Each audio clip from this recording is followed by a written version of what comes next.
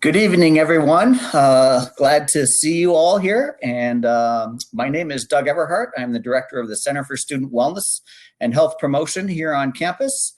And want to welcome you to tonight's session about supporting student mental health and relationships during COVID. An important topic as we've gotten lots of questions from students and faculty and staff and now parents. So we want to make sure that we're addressing this topic with all of you. I do want to say we have 4 presenters tonight. We're each going to talk for 8 to 10 minutes or so each, leaving about a half an hour for questions and answers once we're all done. So we would like to save the questions and answers for the end, and we will have all of the presenters on the main stage to answer those questions at that time. So I'm going to kind of kick things off, and when we talk about mental health, I'd like to talk about language, because mental health has become basically a catch-all term to mean everything on the full spectrum of mental health to mental illness. And just like physical health and physical illness, there's a wide range of things that fall under that spectrum. So I think that's why it's important to talk about language first, so that we're all operating from the same understanding. So mental health is what we pursue, and physical and mental illness is obviously, to the extent we can, try to avoid. And we know that sometimes it's unavoidable, where there's maybe some genetic things or some things that are outside of our control that cause illnesses. So I just want to make sure that we all understand that mental health is really what we want. It's what we want to pursue. It's what we want to experience. And just like physical health, there's things that you can do to support your mental health, and there's things that can challenge your mental health. So we want to get to the point where we're treating and talking about and understanding mental health and mental illness in the same way we do physical health and physical illness. So like I said, there's things that you can do to support mental health. Just like physical health, you can exercise, you can get enough sleep. You can do things that support your mental health, like practicing stress management techniques, mindfulness, self-care. And then there's things that obviously can challenge our mental health, things like stress and anxiety and depression. And there's a whole range of things which I'll talk about in a second. But again, when we compare to physical health and physical illness, when someone gets sick or injured, they don't think twice about what they need to do. They need to seek medical support. They might go to a clinic. They might see a doctor. They might seek therapy. They might need surgery. And we don't think twice about that. There's no stigma around it because we know that that's what you normally do. So when we talk about mental health and mental illness, we want people to feel and think the same way, because mental health and mental illness and everything in between is just like the physical counterpart, right? When someone struggles with their mental health or they have a mental health challenge, it's just someone that has something that is challenging their health, and they need some level of support. And just like physical health, sometimes things can be minor, like a scrape or a cut, and you can put a Band-Aid on it, or maybe some minor medication, and be on your way. And you can oftentimes do that on your own. And then there's other things that might need some support. Maybe you need someone else to help you with it, not necessarily a medical provider, but just a friend or a family member. And then there's things that are more serious, that need treatments or a medical provider.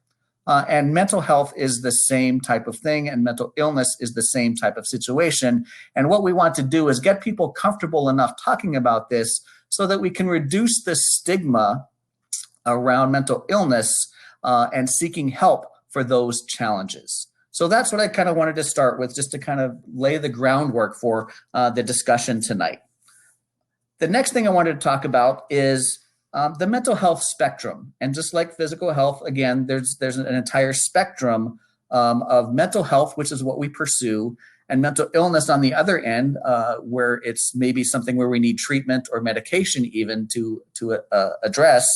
And then there's lots of things in between that can be mental health challenges, mental health disorders, things that we need support with. And again, maybe it's things that we can do on our own, and maybe it's things that we need support from other people.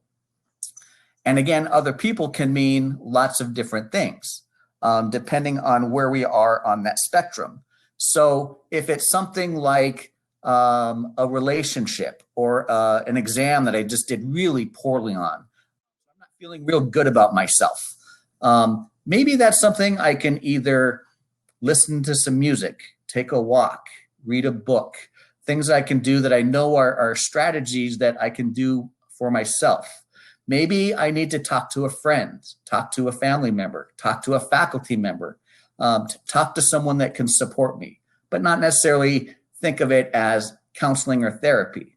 And then there are those things that are diagnosable, that are disorders or mental illnesses that maybe we do need to seek professional help and support and guidance. And maybe it requires therapy or even medication or some other form of treatment.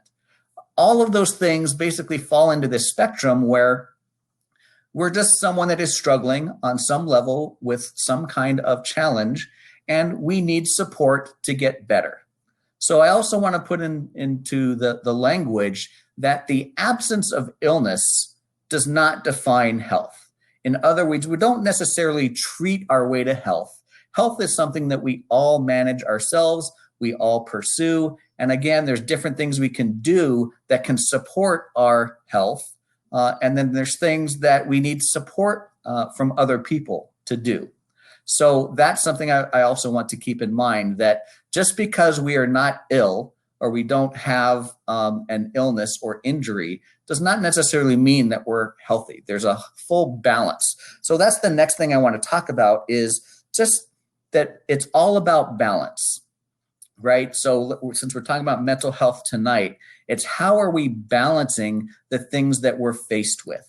So that's how we determine what or where we are on that mental health spectrum, right? So if we're completely able to balance and things are going really well, we're feeling pretty positive, and we're not feeling a lot of stress or anxiety, that's a pretty good end or positive end of the mental health spectrum.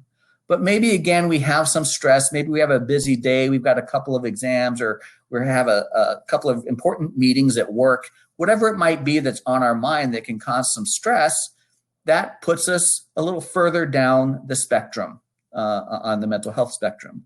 And then maybe there's things that happen to us that maybe a family member gets really ill. And obviously we're in the middle of a pandemic. I know lots of our students have been very worried about family members and friends and other things that causes a lot of stress when they have to worry about someone they care about that may be ill. That can challenge our mental health and our well-being. So those types of things. And again, these types of things towards this end of the spectrum, sometimes we can manage with our own coping strategies. Sometimes we might need help from somebody else, even if it's just talking to someone that will listen to us and hear what we're struggling with. And then maybe we do need some counseling or some other therapy, depending on what it is. So I just want us to keep in mind what all of the spectrum and all of the language, and so that we're all using the same terminology as we talk about this. The thing about challenges is it can change at any time. So when we might be struggling in 1 minute, we can also use a coping strategy or get some treatment or get some help and be better as we move forward. We might be doing really well, and all of a sudden we get this news or something happens, and then now we can be challenged. So the nice thing about health is there's lots of resources, lots of ways we can address things, and we can change where we are on that health spectrum. The last thing I want to talk about is coping strategies. The key to coping strategies, and I'm sure we're going to get a lot of questions about this. How do we help people that are maybe struggling, and how do we help them cope with the things that they're facing? And you have to figure out what works for you. And that's up to the individual, because what works for me may not work for somebody else. So I can make some suggestions to people, but it may not be what works for them. So I just want to recognize that it is individual. We're all responsible for our own health and well-being. And sometimes we need to ask for help, but we also have to know what works for us. The other thing I want to remind people about is what can we control and what are we not able to control? Because sometimes we're trying to fix things that we have no control over. Right now, we have no control over this pandemic. It's running its course. We're doing the best to wait for vaccines and wait for answers and wait for research to catch up to tell us what we really have to worry about, what we really have to do. And that takes patience, and that can be hard. So we don't have control over that.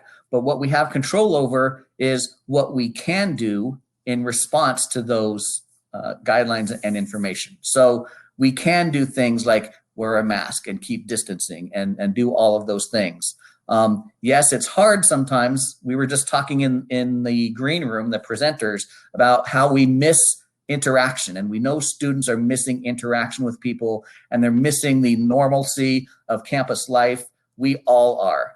So we just have to figure out ways to cope with that. So I know I'm going to leave it at that because I know I'm out of time. So I'm going to turn it over at this time to our Assistant Director in the Center for Student Wellness and Health Promotion, Beth Englund Mackey, and she's going to talk a little bit about relationships and those impacts on what we're dealing with.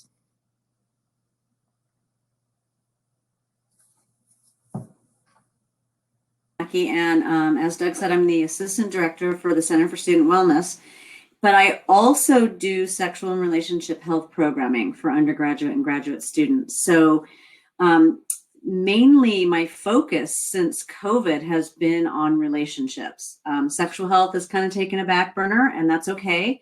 But really it's been mental health, it's been relationships, it's been navigating COVID and all the restrictions. Those things are what's bubbled up to the surface, and those are the kind of things that we've been addressing as a center, and I've kind of pivoted to in my assistant director position as well as my manager position. And I was thinking today of all the 1,000,001 things that I could talk about today, and I hope to be able to answer some questions to help kind of move you in a direction that makes you more comfortable, either talking with your child about what's happening. But 3 words came to mind today that are super, super important in any relationship that we're navigating. And that is communication, compassion, and right now, patience. We are all having to practice an exorbitant amount of all 3, just to stay up to date, just to keep checking in on each other. Relationships are strained. Some relationships, there's been positive impacts, there's been negative impacts. But those things are always at center when I talk about relationships and talk about with the students, like what does a healthy relationship look like in your life? And not just in a partnership, right? It could be an intimate partner relationship, but lately we're talking about every relationship. We're talking about relationships with friends, with peers, with professors and TAs, perhaps with professional staff. And most importantly, with our families, right? We've had a huge shift in family dynamics as of this past year. And it has put a lot of pressure on some families. Some families are benefiting and really able to support each other and work through some of the hardships. But it's been a lot of give and take. It's been a lot of sometimes overcrowding in a household. It's been navigating people working either in school, younger siblings, parents working from home, or maybe people going out as essential workers in the field, which is creating a lot of fear for students and people who love and care about those who are out in the community because there's been so much unknown during this time. So I was just thinking we have had an exorbitant amount of cascading traumas this past year. We had a political election. I'm not even going to start with that one, but it was intense. And we still have a lot of political unrest that we're dealing with. We've had fires. We've had COVID. We've had new variants of strains of COVID. We've had lots of racial tensions and things happening in our communities that aren't as positive as we would like to see. So we've been just dealing with all of these things with working from home and we've navigated through a lot. We've pivoted a lot in good directions. We have been able to support students, your children, during this time, but we've just had to get very, very creative in how we're doing that. And so what I'm seeing most now, if I'm fast forwarding to all of what we've been experiencing, what I'm hearing most from our students on campus now is, I'm lonely, I'm isolated, I'm to the point where I am so missing my friends, I can hardly bear it, right? I just want to see them. I want to hug them. I want to laugh with them again and go and eat a meal together. So we're seeing this incredible sort of shift because no one expected this to be a year later, right? No one, we thought maybe in the beginning it was just a temporary stay, and now we've been dealing with this for a year. So the things that we'll talk about and that we'll give more information about as we go in terms of resources, but things that I think about when I'm talking to students about sort of tips for staying healthy in their relationships is, as much as we are all getting tired of Zoom, we are all getting tired of not being in person with those that we love, we have to just be a little more patient. We are getting close. Hopefully we'll get out of our purple tier into our red tier. Vaccines are happening, and they will increase over the months in terms of number of people vaccinated. So we are moving in a tangible, real direction that is positive, but it still feels overwhelming. So my thing, or my words of advice as a mother and as an educator, are continue to recognize that it's overwhelming still, that it's difficult on all of us, that we're all struggling and we're all vulnerable. We still don't have all the answers. We are probably in this really for the rest of the year in some capacity, but the main thing is to stay connected. Stay connected in any way that you possibly can. Reach out to people maybe you haven't been able to reach out to before. I just recently connected with a friend that I hadn't been in touch with for 4.5 years, and it felt really good. It was like mending a relationship and practicing forgiveness in life. And so, these are the things that I think we can all do, is to continue to support each other, continue to talk, good, share it all. Some of us have lost people during COVID, and we need to talk about that. We need to share that. Other people have known people that have come through COVID and out the other end and are doing great. So we have to keep looking at all of the positive and the negatives, but the key is that we have to stay together as family units, as friendships, as colleagues. It's just very important that we continue to love one another in whatever format that is. I know students who are writing letters to each other again. My gosh, what a lost art. We're so used to typing everything now and texting and emails, and all of a sudden people are like, you know what? It's really, really beautiful to receive a handwritten card or a letter. I've seen people doing amazing things to connect with people they don't even know, right? So I'll talk a little bit more about some of the things we're doing with our housing communities, maybe during the question and answer, but I don't want to go over my time. I want to be mindful. And I will just end with, we're going to be okay. We are really going to get through this. But our relationships, our social connection is absolutely key to us getting through this period of time. And so just love each other, support each other.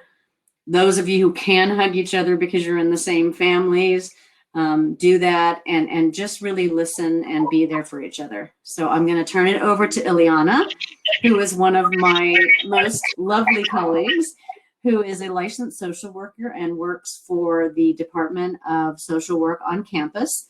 I met her first when she was in the Student Health Center, and now she's just moved to a different part of the campus, but she's now next door to us.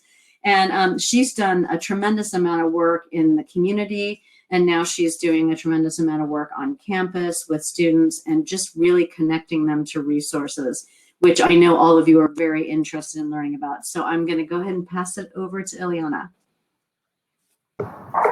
Hi, everyone. Thank you for being here with me. My name is Ileana. I am a licensed clinical social worker. I am housed at the Office of the Campus Social Worker.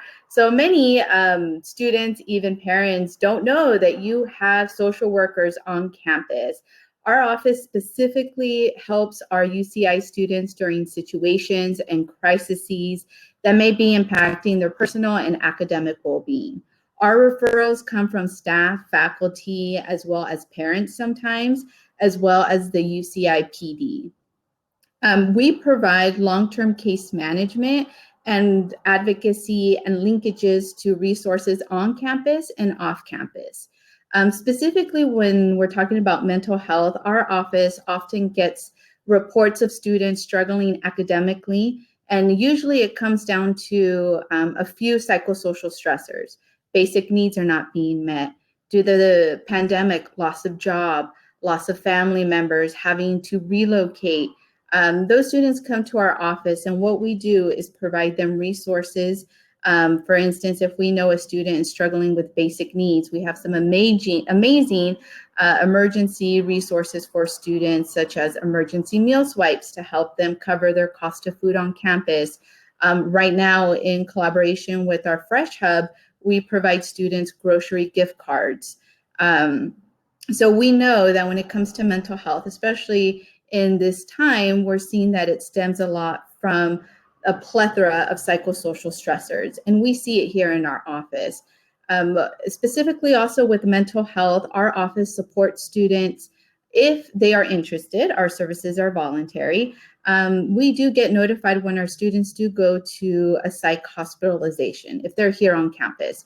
So what our office does is that we outreach to the student and provide support, advocacy, linkages to mental health services if need be. So let's say one of our UCI students has private insurance and maybe they don't know how to navigate the referral process. We will help them.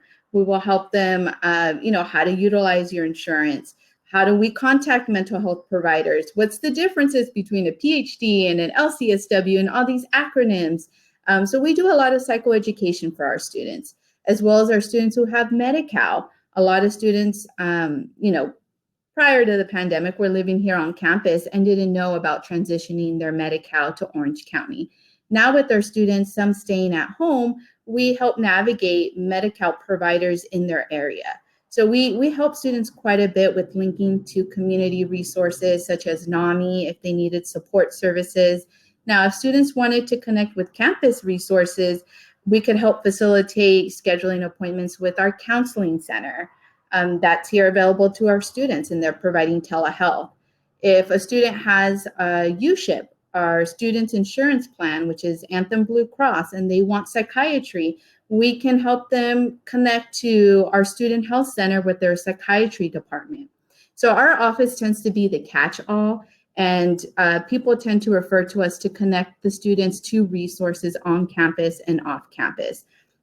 Sometimes we advocate for students who maybe, lost a family member due to COVID, and we needed to advocate on their behalf to the professor for incomplete or for extended time, even connecting students to disability services on campus so they can have accommodations. A lot of students don't know that they can register their mental health with our Disability Services Center.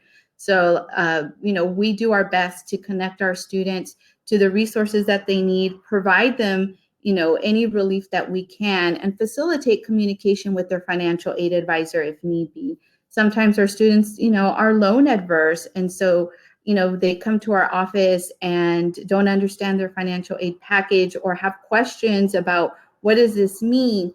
They tend to come to our office and we will link them to the appropriate resource on campus.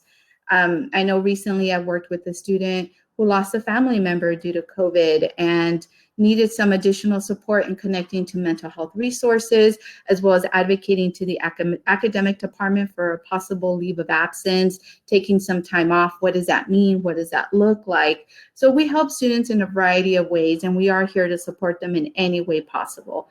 Our office does provide long-term case management. So that's one of the beauties of our office, is that let's say your son or daughter or they were referred to our office because they needed to connect to a mental health provider. Let's say we resolve that and something else comes up later on, maybe their mental health is impacting their performance and they need some advocacy, or maybe they're not registered with the Disability Services Center. So we'll help facilitate all that in our office. We're an amazing group of 6 social workers here on campus. We all do a little bit of everything. We have a specific social worker that does rapid rehousing, so works with our at-risk students, possibly who are food insecure, homeless, and need some help in connecting to resources on or off campus. We have another social worker that is in our basic needs hub and helps and makes, schedules consultations with students to address any basic needs, going from food insecurity to possibly loss of income. They were laid off.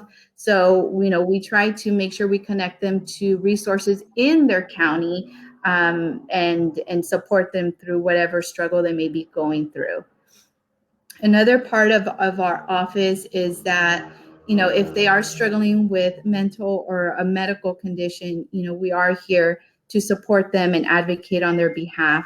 I know sometimes we do get parents who refer their student over to us, and sometimes we are limited with how much we can share. So oftentimes, we do ask consent from the student to be able to speak to the parent to get more information or guide the parent on who to connect, or, recently, I worked with a parent who, unfortunately, their child was in the hospital and needed to take a leave of absence. So we helped connect the parent to the appropriate resources, understand what was happening, and make sure that they were connected and felt supported by the university. So in many words, we kind of are the catch-all, like I said. We are here to help the students navigate the resources on campus, connect them to the resources, and most importantly, support them. A lot of them, are away from home if they're here on campus, kind of feel like they don't know who to connect to. So we are more than happy to take those referrals. Like I said, parents can refer to our office, staff, faculty refer to our office. Doug and Beth do refer to us. We work in collaboration with a lot of our partners here at UCI. And so I'm glad to be able to be here. I'm glad for parents to be aware that there are a group of us here on campus called social workers that provide case management for our students and connect them to resources. Well, thank you so much for having me here, and I will turn it over to Marte. Thank you so much, Ileana. It's wonderful to know about the great resources on campus. My name is Marte Matthews, and I'm a licensed marriage and family therapist in private practice. Actually, I'm in San Jose, so I'm the only one that's part of this program that's not on campus. I'm in private practice in Silicon Valley. I'm the parent of a sophomore in the materials science and engineering department, and I'm a UCI parent. I had a chance to check in with a few college and high school students who gave me some great advice for parents while the kids are busy with their distance learning. So I had my own focus group and wanted to share some of the wisdom that they shared with me. One of the top things across all of the different students was that while they're doing distance learning from home, that they really need as much of a private space as possible so they can focus on their classes, not be distracted, be able to concentrate, and be able to really take advantage of this wonderful opportunity they have as a UCI student. Keep the area around them quieter so that they can hear, so that they can ask questions. Some students get really self-conscious about turning on their mic if their household is noisy. They don't want other students to know. It's important. Don't walk behind them. Whether you're wearing your clothes or not, don't walk behind them. It's very distracting for students. And try not to talk to them during their distance learning classes. Give them the opportunity to have the college experience that other students are having. it's super helpful to have a printout of the class schedule posted in a shared space. Maybe if they're still living at home, maybe that would be just on their bedroom door, maybe it's on the refrigerator, but it helps for everybody to be aware of what their class, what the student's class schedule is, so that you're not asking them, hey, you ready for lunch in the middle of a class. Don't interrupt classes. Keep track of their quarter schedule. Send encouraging notes or text messages when midterms and other exams are coming up. If they are living on campus, or just be aware that they might not be in the best of moods, or they might be really focused and not paying attention to other things that are going on around the house. If they are living at home. It's important to give your students time and space to study, but also to remember that social events are a really high priority. UCI students are very academic, but that's only one part of college, and having the opportunity to take advantage of all of the social activities and clubs and so forth is so important to reduce the isolation that some of the other speakers have been talking about tonight. And yes, if they are living at home and they want to go to a club meeting, that might mean serving dinner early. It might mean saving a plate for them for after the club meeting. It's important to allow some time and space for your students to make these kinds of connections. One of the things that took a little bit of getting used to for me is to remember that Instagram, Facebook, and Discord aren't just a waste of time.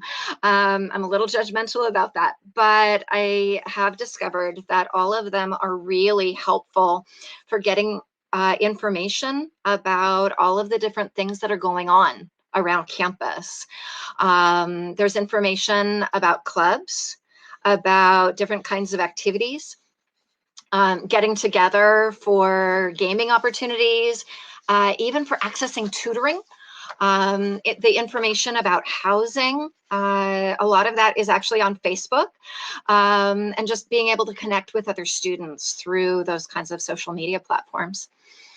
If your student is off campus this year and hopes to live on campus next year, look for information about the summer bridge programs in case those might get offered again over the summer. But either way, join all of the summer orientation activities that are offered for students. If your student is living near or on campus, my focus group of students also recommended giving them a plant to take care of. Having a little something to take care of and focus on can be a nice way to lift spirits, but I still recommend something like maybe a spider plant or a succulent. They're a little harder for a distracted student to kill. I'm a parent of a student who's living on campus this year, and I definitely recommend scheduling a regular weekly time to have a phone call or some FaceTime. But I also recommend being really flexible when they cancel or forget about you. That's going to happen. There's a lot going on, and being patient with that. Beth mentioned being patient. That's one more thing to be patient about as they're learning to manage their schedules. This one of the silver linings of not being able to meet in person is that everything is online, and that includes all of the clubs and events, the things that are going on campus. And I've been able to actually check out some of those things from home on the campusorgs.uci.edu website, and give my student a tip off that, for instance, the event with Katie Porter was happening recently. And if you're interested in politics, it's a fantastic opportunity to learn more about the Irvine area in Orange County in terms of the politics going on. Whether your student is living at home or in the dorms, it's really important to make weekends different. It's a way of being refreshed for when classes start again on Monday. It's important to relieve stress, to do a variety of different things over the weekend.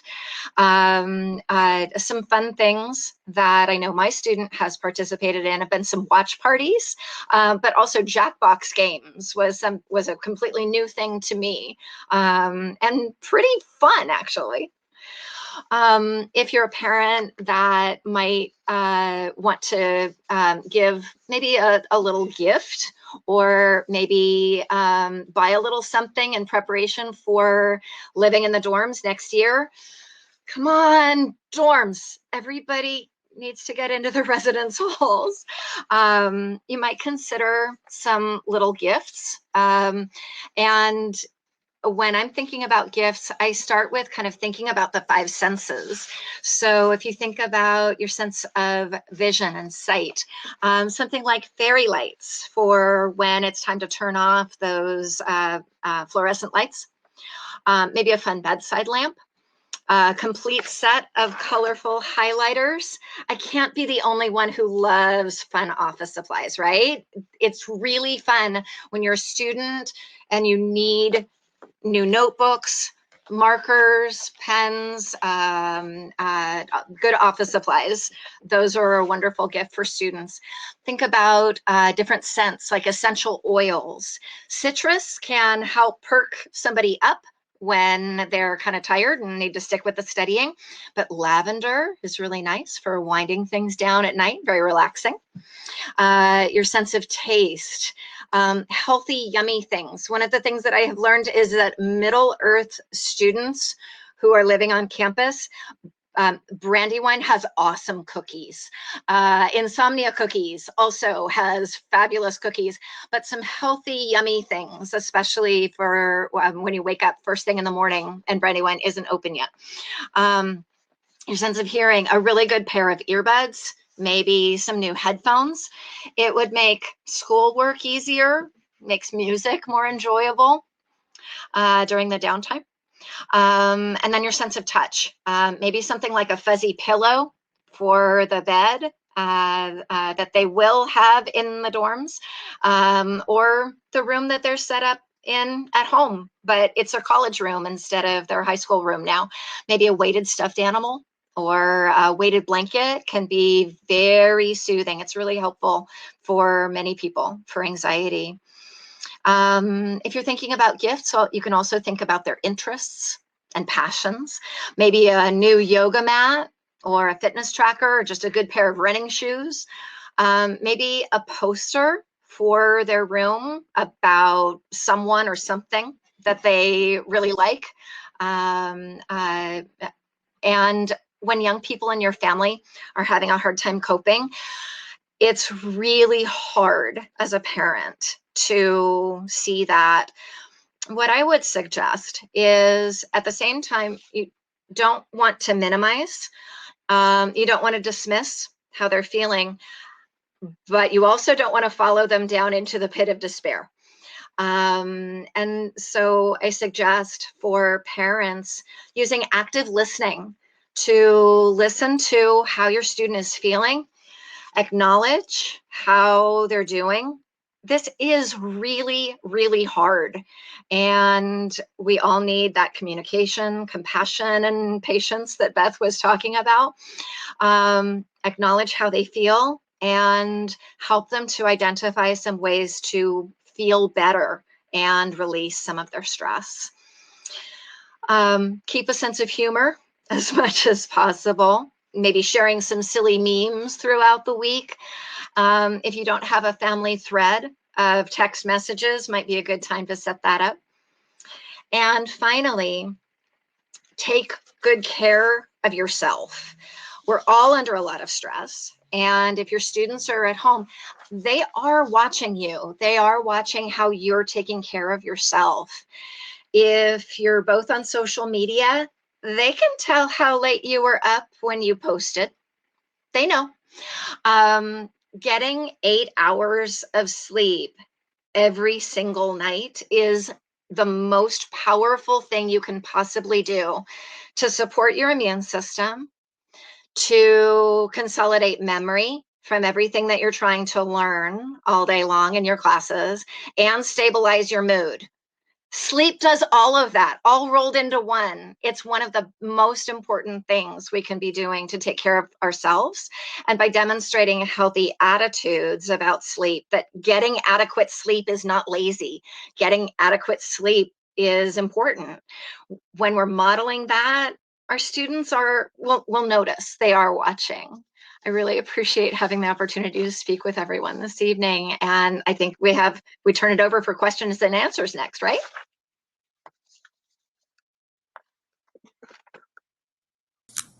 Yes, so we open it up for questions and answers. One question I want to answer right away is how students access all of these services and questions about insurance. So CHIP insurance is the campus, or actually it's system-wide, UC system-wide student insurance. And that allows you to seek and use most of the services in your student health center. So the providers and a lot of the services in student health center are covered by CHIP insurance students. That doesn't mean that they don't see students that have private insurance. They will work with you to figure out how to provide services on campus and work with your insurance provider. Sometimes they may need to refer you to an off-campus course for certain situations, but things like the pharmacy and some of the services, all students can utilize those services as a registered student. Now, things like our center, the counseling center, social work, Fresh Hub, all of those services are covered by student fees, registration fees. So all of those services are covered for free for all students, regardless of your insurance. So know that all students can access those regardless of what kind of insurance coverage they have. So I just wanted to make sure that I explained that, because I saw a lot of those questions in the chat.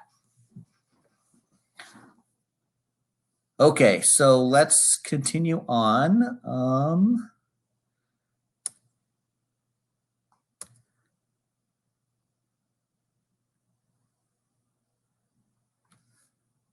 I don't see any other questions right now. So if you have questions, you're able to, oh, actually I'm looking at the discussion forum, not the live Q&A. I guess I should look at the live Q&A.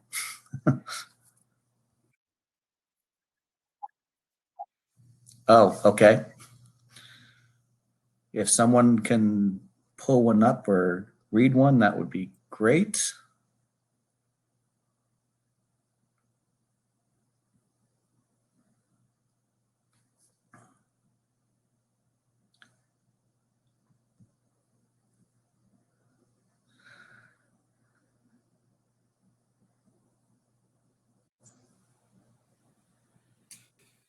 Can you hear me, Doug? Yes. One question was, how can I support student mental health?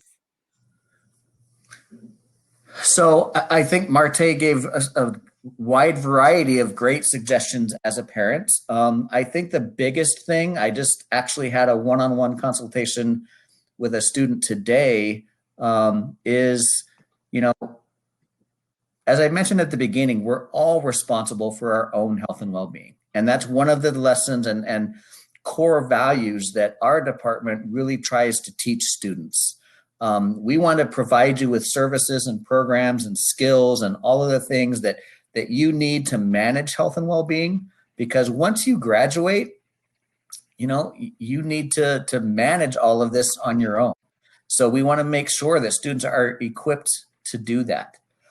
So one of the things I think it's important to do is to support your student, support what their dreams are, what their goals are, what their visions are, but let them be their dreams, their visions, their goals. And as a parent, it's our job to support them no matter what those goals and visions are, right? It's really easy. And I say this because I also am a parent of a senior in high school that's getting ready to go to college next year.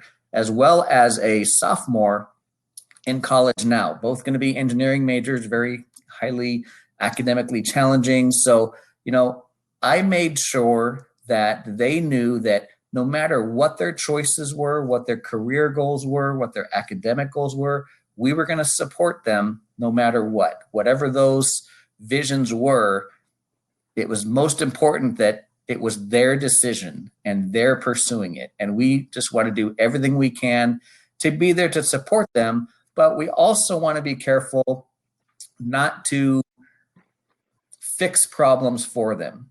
Part of learning how to manage mental health, physical health, social health, and everything that goes into health and well-being is also learning how to practice resilience, practice patience, practice grit, practice coping strategies.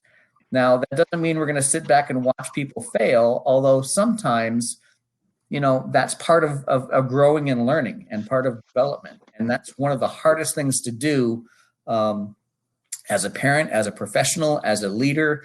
And that's just something we have to keep in mind. So I think the biggest thing is support your student in every way you can, but let them also learn and grow and develop. So give them the tools they need to learn how to manage and cope and be resilient, and pick them up when they need to be picked up, but also let them learn some of those tough lessons, because that's what will serve them well after they graduate. And I don't know if any other panelists have thoughts on that, but that was just my response.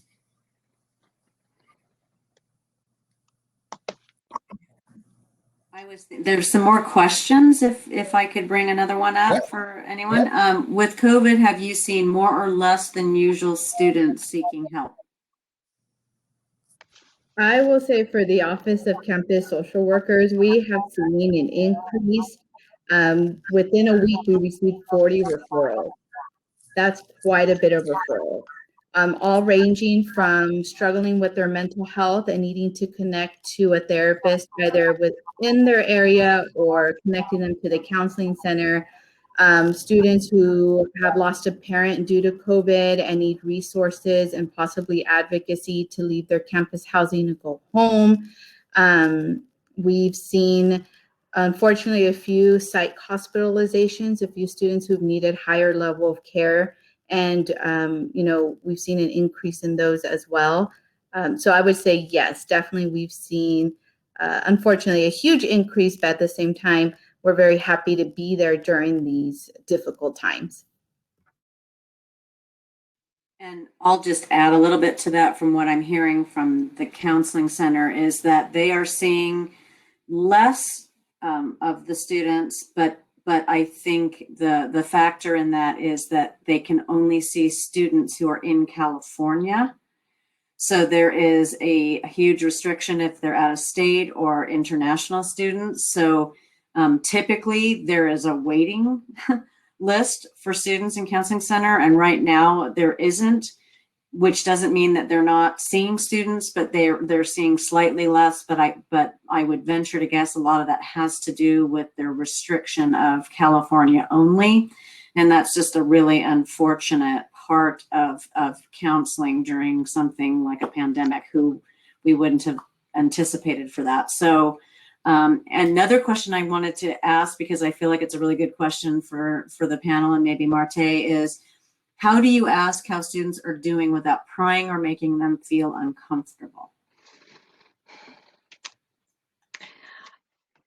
Yeah, that can be a tough one. I think something that I see a lot is that it helps to take some time to have the conversation. And while you might start off with kind of a friendly, how are you? How you doing? It wouldn't be a big surprise if it takes a little bit of just kind of listening to, oh, this has been happening and this happened in class, and kind of the chit chat first until the student can kind of settle in and really, think a little more deeply and kind of settle into the conversation. And you might have to listen to things that it feels like, from the parent's perspective, like maybe that doesn't matter. But remember, it matters to your student. They're talking about whatever it is that's going on for them. And maybe after listening for a little while and doing your best to show some interest, even though it may not really seem like they're really talking about much, after a few minutes, asking some follow-up questions and just giving some space for those deeper conversations to come up. Some of our conversations that happen every week to 2 weeks, or sometimes an hour and a half. And those more substantive, heartfelt parts of the discussion might happen after we've been on the phone for a while. They don't all have to be 60 to 90 minutes for sure, but sometimes it just takes a little bit of time to listen and hear about whatever it is that they want to talk about before you get to what they need to talk about. I would just add to that, one of the things that we've been doing a lot, because we see a lot of we work with a lot of student groups. We have peer health educators, we have practicum and intern students, we have certificate students from all over the campus. And one of the things that we do during our meeting times, because we meet usually weekly with our groups, is we kind of bring up what's happening in the moment. So, well, not that I want to talk about January 6th, but when that happened, it was really important to recognize that event, because we know that it impacts our students differently, and some more than others. And so really, before we even get into the business of the business for the day, to go into what we're doing, we kind of, I just open it up sometimes with, what, I'm really struggling today. I'm having a hard time staying focused. I've messed up just like everybody. Missed a meeting, thought it was at 1 and it was at 12, and suddenly realized I've missed it. We're scheduling so many things right now, and students feel the same way. So when you give them grace and they give you grace, everybody wins. So one of the things we're doing is just kind of, let's check in a little bit first before we get into work. And then, if they don't want to talk, that's fine too. Then we just move on to what we're going to do in our normal meeting. So that's just a little bit that I would like to share. Maybe Beth or Doug or Ileana, you could answer one of the questions that came up on the discussion forum. What's the best way for a student for contacting the mental health services that we've been talking about here? Do we do that through email or a phone call because the parent would like some information to pass along to their student? I think the best thing to do is to check each department's website, because that's where they'll have information on the best way to contact the staff. Every department is working remotely, doing telehealth or virtual appointments of some form, and there should be instructions on how to contact the staff, how to schedule those appointments on the websites. That's probably the best thing to do. I don't know if Ilana or Beth have different answers, but that's what I would recommend. And what's the website for the counseling center? I think we put it in the chat. Right. Yeah, but that was in the presenter chat. So oh, sorry. Okay. That's okay. So the counseling center is counseling.uci.edu. Our center is studentwellness.uci.edu. Social work, Ileana, I'm going to let you give your website. It looks like Lauren is busy adding some websites to the discussion forum too. Okay, perfect. And then Student Health Center is SHC for Student Health Center.uci.edu. In the discussion forum, Lauren mentioned Google is your friend. And honestly, there have been a number of times that I've been talking with my student and they've said, you know, I'm interested in learning more about this club, or I wanted to contact somebody and I just haven't figured out how. And in almost all of those situations, I've been able to Google something while we are on the phone and say, check out the Instagram page for that club, or it looks like this is the student that you contact, or I've had terrific luck being able to access things. And sometimes as a parent, you know, just if it's easy for us to take a couple of minutes to just do a little bit of research and then send a link to our student. Students are busy, they're distracted, there's a lot going on.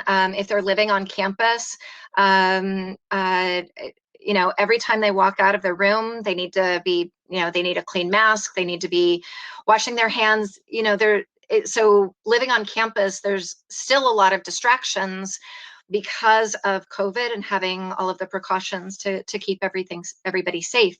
And so, yeah, I've sent a couple of links. I feel pretty proud as a 50-something parent that I've been able to Google a couple of things that my 19-year-old hasn't been able to find. You know, just a little. Cheers to that. I'm going to give you cheers to that. I'm thinking this last question in the chat would be a fabulous way to end the session. If you could give one piece of advice to a student, what would it be?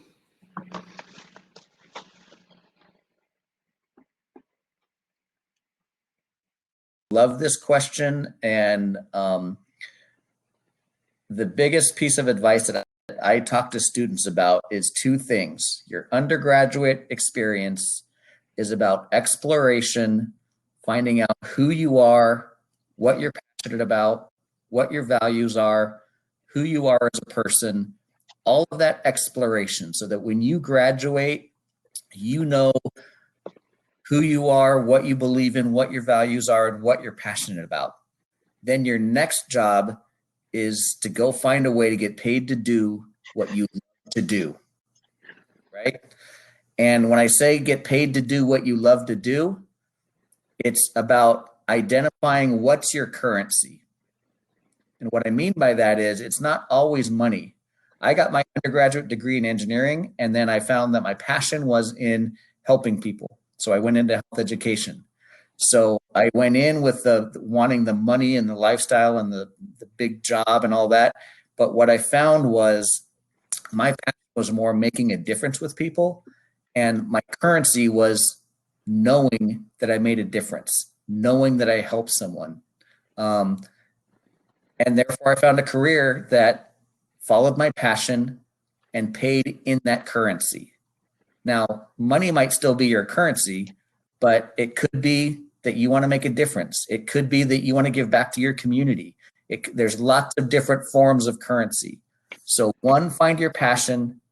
Two, know what your currency is, and then go find a job that's going to get you out of bed every day to do that and love it. I have a piece of advice that I think helps with what Doug is talking about, and that would be attend a couple of programs, club meetings, something like that, for clubs that maybe you're just curious about. You think, you know, why is there a club for that? And just to explore, because the idea of exploring a whole variety of different things, it will never be as readily available as it is to you during your college years. I